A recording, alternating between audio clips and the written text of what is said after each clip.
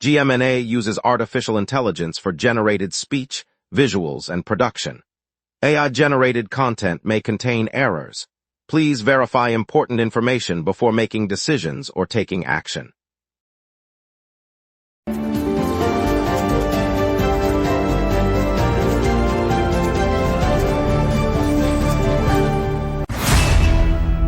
Good morning, Montreal. I'm Lauren Dupuis. A storm system ripped through southern Quebec yesterday, knocking out power and toppling trees, while the city rolls out a cleanup plan for post-July 1 trash. The heat's climbing with a humidex of 44, and traffic on St. Denis remains clear. Over to you, Ryan. 19-year-old Gabriel Genist set a new pole vault record at the Montreal Classic yesterday, clearing 6 meters. The previous record stood at 5.9 meters, held by another athlete since last year. The Montreal Classic attracted athletes from across Quebec, featuring 12 pole vault attempts in total this year. All right, let's get into it, starting with today's top headlines and the stories shaping Montreal. Good morning, Montreal. Yesterday, the Sir Wilfrid Laurier School Board sent an email to families at Rossmere High School that included an attachment exposing parents' personal information. The document listed names, telephone numbers, and home addresses, prompting immediate concern among the school community. Board officials confirmed the error, saying the attachment was intended for internal use and was mistakenly attached to the mass message. They have launched an internal review and promised to inform affected families of steps being taken to protect the data. The board, which administers English language schools across the Greater Montreal region, apologized for the breach and pledged tighter safeguards on future communications. Parents were advised to monitor for any suspicious activity and to contact the board with questions. The incident adds to growing scrutiny of data handling practices in local education institutions. Violent thunderstorms ripped through the Laurentides, Montreal, Morrissey, and Lanaudière on Thursday, unleashing winds strong enough to tear roofs from homes, snap utility poles, and bring down dozens of trees. The squall left many neighborhoods without electricity as crews scrambled to clear debris and restore service. Several commercial buildings suffered broken windows and roof damage, while a handful of residential structures reported partial collapse after trees fell on them. Power outages spread across the southern part of the province, affecting thousands of customers and prompting utility companies to issue warnings about lingering hazards. The storm followed a day of intense weather, marking 2 straight days of severe conditions in Quebec. Emergency responders continued to assess damage into the evening, urging residents to stay clear of downed lines and report any injuries. Yesterday, the Canadiens confirmed that goaltender Jacob Dobies has signed a 3-year extension, keeping the 25-year-old netminder in the fold through the 2028 season. Dobies took over as the team's starter last season, posting solid numbers that helped steady a young roster. The club announced the deal at its downtown office, noting the extension rewards his rapid rise and provides continuity between the blue line and the crease. Management highlighted his poise under pressure and the confidence he earned from both coaches and teammates.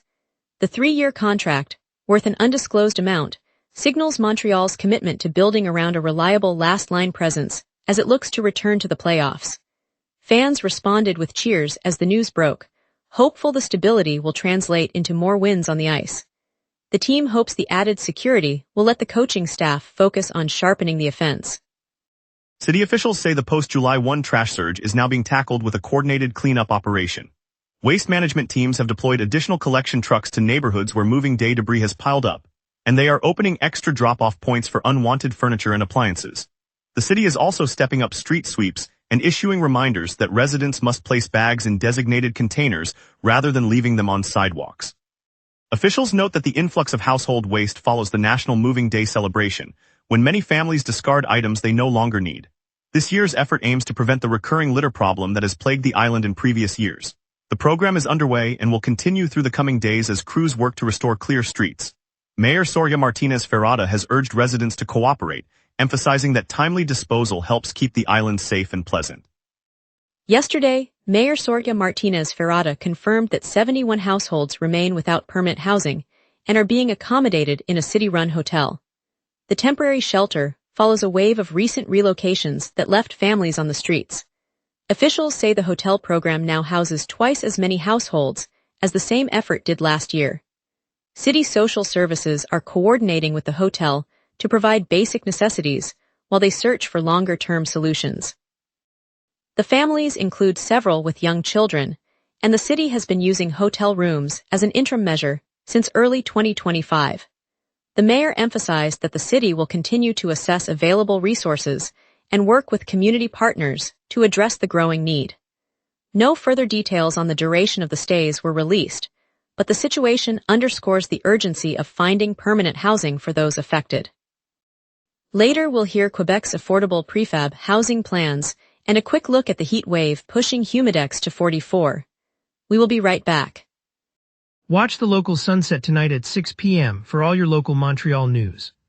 If you run a venue, a comedy night, a concert, a fundraiser, you already know the hardest part isn't the show. It's selling the seats. Theaterfiller changes that. In minutes, you're set up with your own ticketing page, QR code delivery, and a door scanner. No technical headaches. No middleman taking a cut of your night.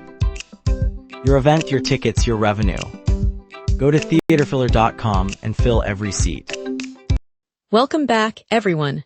I hope you enjoyed the break. Let's dive into today's headlines, and now Ryan Mercer will bring you the latest local stories.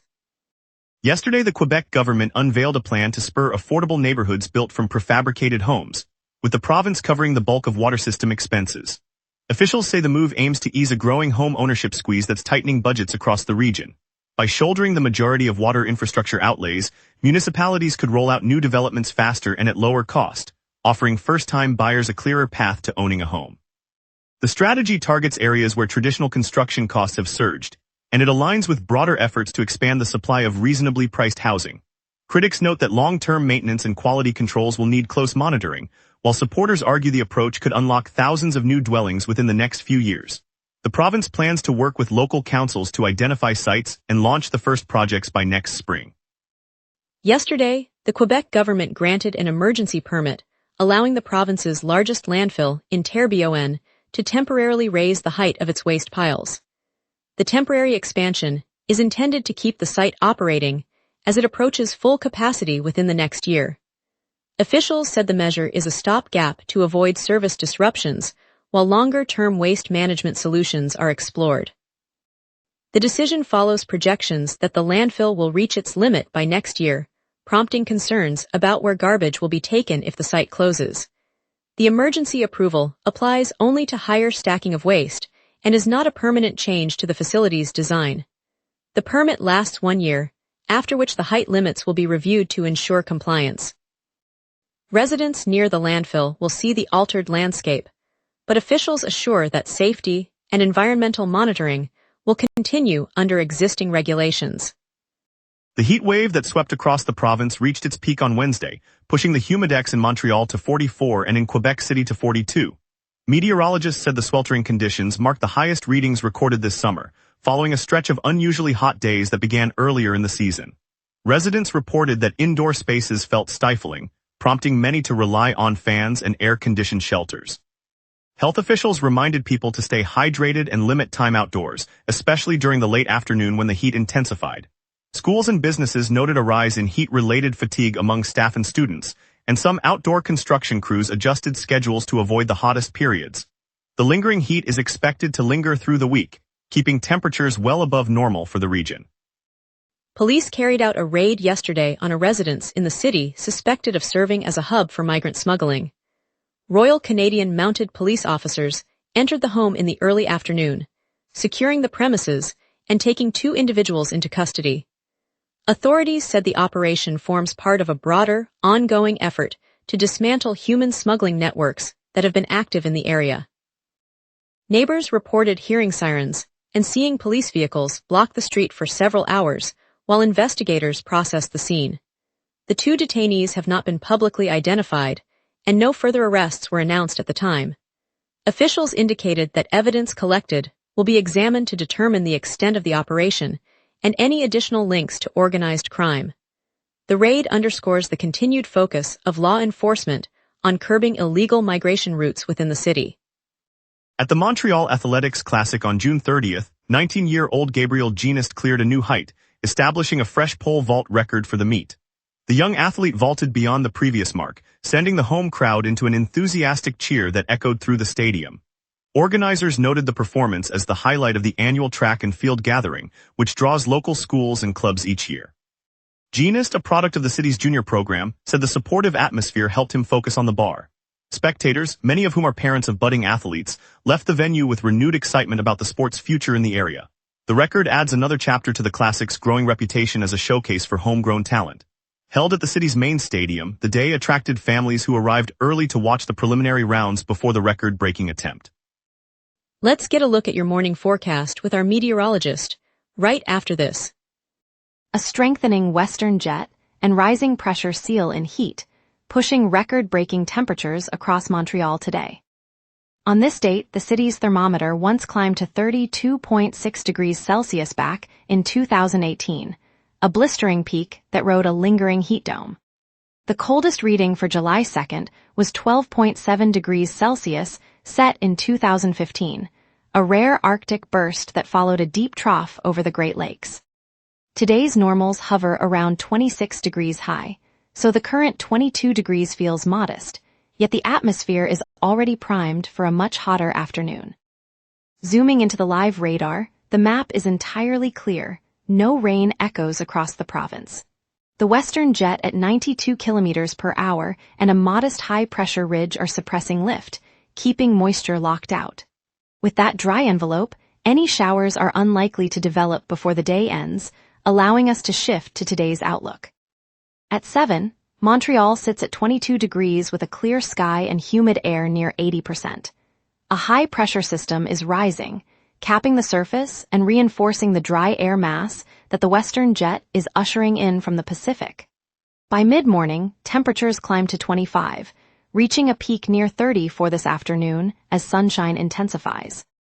The jet, now gusting up to 46 kilometers per hour from the west, will stir brief breezy pockets, but the heat remains dominant. UV index registers 7, indicating strong solar radiation. Heat warnings blanket the island and surrounding municipalities, so stay aware of the elevated temperatures. No precipitation is expected, and the wind will subside after the late-day gusts, clearing the way for a calm evening. Looking ahead, Friday brings a high near 30 degrees and a low around 20, with another clear sky under the same western jet. Saturday cools slightly to a high of 27 and a low of 18, still dry and sunny as the ridge holds. Sunday introduces a cloud deck, capping temperatures at 28 with a low near 19, giving the city a brief overcast respite.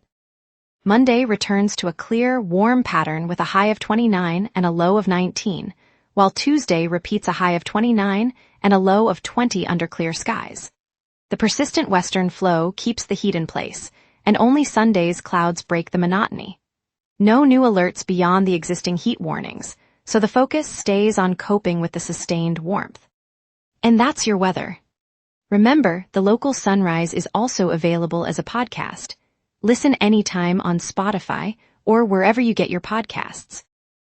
Up next, traffic on St. Denis Street, a look at comedy legends and the Jazz Festival, Brainbox AI's Global AI Lab. We will be right back. Watch the local sunset tonight at 6 p.m. for all your local Montreal news. The biggest hit to this morning's commute is the St. Denis Street closure. The street is shut from de Maisonneuve Boulevard east to St. Catherine Street east, right by Place Pasteur. That blockage forces drivers heading downtown, the Plateau, or the University District onto de Maisonneuve, St. Laurent, or even Rue Saint-Urbain. Expect an extra 5 to 10 minutes as traffic piles onto those corridors, and cyclists will need to use the parallel bike lane on St. Laurent. Aside from that, the city's main arteries are moving smoothly. The Descartes, the Ville-Marie Expressway, and the Champlain Bridge all report free-flowing conditions. Westbound traffic on Boulevard St. Laurent and southbound flow on Rue Saint-Jacques remain light, with green lights at most intersections. Transit is running on schedule, with no reported delays on the metro or bus network. The Orange Line, Green Line, and all downtown routes are operating normally, so if you're catching a bus or hopping on a train, you're good to go. Keep an eye on any late morning updates, but for now the roads are clear. International Jazz Festival rolls into Day 3 with dozens of concerts across Place des Arts, Maison Symphonique, and other venues. If you love live music, this is the city's biggest summer soundtrack, and you can catch world-class acts spilling onto the streets. At the same time, the Montreal Comic-Con opens its doors at the Palais des Congrès, a 3-day pop culture extravaganza that runs through Sunday, perfect for anyone craving comics, sci-fi panels, and celebrity meetups. For a quick laugh before you head out, Comedy Legends takes the stage at Deli Planet on de la Gauchetière, showcasing Montreal's top stand-up talent and a surprise guest act, ideal for a mid-morning boost. And later tonight, Pink Martini brings its signature blend of jazz, pop, and world flavors to Salle Wilfrid Pelletier, giving you a taste of the festival's eclectic vibe without leaving Place des Arts. Whatever your plan, today's cultural menu is packed, so grab a coffee and dive in. And now here's Tyler with sports. Canadiens news is moving fast this NHL offseason. Here is where things stand. Jacob Dobies is locked in Hungary. The Montreal Canadiens goaltender recently signed a new contract, but according to Sportsnet, the money is not what motivates him. Dobies says his focus is proving himself in net again and helping the Canadiens win, full stop. A long chapter in Montreal is officially closed. The Canadiens have traded forward Brendan Gallagher to the Vancouver Canucks in exchange for future considerations, according to CBC Sports. Gallagher spent over a decade in a Habs jersey and left a mark well beyond the ice. Before his departure to Vancouver, the city of Montreal honored Brendan Gallagher with one of its highest recognitions, naming him an honorary citizen. The ceremony took place at City Hall, a fitting tribute to a player who gave this community everything he had. Brainbox AI, nestled in the heart of downtown Montreal, has just opened its new global AI lab and showroom. The lab showcases cutting-edge, AI-driven tools that help buildings slash energy consumption and curb emissions, a direct response to our city's climate goals. Backed by Train Technologies, the venture turns downtown into a living demonstration space where developers, architects, and everyday citizens can see sustainable technology in action. It's more than a showcase. It signals Montreal's growing status as a real-world AI hub, drawing talent and investment right to our streets. For Montrealers who care about clean air and affordable living, Brainbox AI means a brighter, greener future for the neighborhood we call home. And later, a heartwarming story of 71 Montreal households finding safe shelter in a local hotel, reminding us community matters most. Coming up tonight at 6, the local sunset. Your neighborhood, your city, your news. From City Hall decisions to the stories happening right on your street, we cover what matters most to Montrealers. Join us tonight at 6 p.m. on GMna for the local Sunset Montreal's evening newscast. On a Saturday morning in the Plateau, the sun warmed the balconies of St. Laurent Boulevard as a small crowd gathered outside Café Parvis. The scent of croissants mixed with coffee and a jazz trio played from the doorway. Students, teachers, and a graduate's mother stood with mugs of chai, ready to celebrate a fresh direction for the university's psychosociology program. After a review, the department will now focus on collaborative research and community-based learning, ending the classroom exercises that once crossed personal boundaries. Maya, a student, called the change a breath of fresh air, recalling how a previous workshop had left her feeling exposed. The revised curriculum will launch a mentorship circle that pairs students with neighborhood organizations, sharing stories on park benches and in studios. The gathering, set for next month, will include a mural painting at Parc La Fontaine, guided by a street artist who will blend turquoise and amber to symbolize connection and growth. Seeing Maya's relieved smile as she lifted her cup, the crowd felt that learning can be respectful and inspiring. We all move forward together, one step at a time. On the bustling streets of the Plateau, the scent of spiced lamb and fried plantains drifts from colorful stalls, while a rhythm of djembe drums spills into the morning air. The Afro-Monde Festival has rolled back onto the neighborhood's cobblestones for its 18th edition, kicking off on August 6th and running through the 9th. Musicians from Lagos, Nairobi, and Accra have gathered on a makeshift stage built from reclaimed wood, their guitars and brass catching the sunrise. Local volunteers, many teenagers who grew up hearing the festival's beats on their parents' radios, hand out reusable cups and smile as they guide families to the food court. A moment that captures the spirit of the event happens when a young girl, eyes wide, steps forward to try a bite of jollof rice for the first time. The flavor bursts and she laughs, turning to her mother with a delighted mammon saying croyable. The crowd's applause swells, reminding everyone that music and cuisine can weave a community tighter than any city plan. It's a reminder that Montreal's heart beats louder when we share our stories around a shared table. Thanks, Montreal, for watching the local sunrise. Tonight's standout was the Canadiens securing goalie Jacob Dobies with a 3-year extension, a bright spot for our hockey fans. Stay tuned tomorrow for more community stories and weather updates. I'm Lauren Dupuis. See you bright and early again.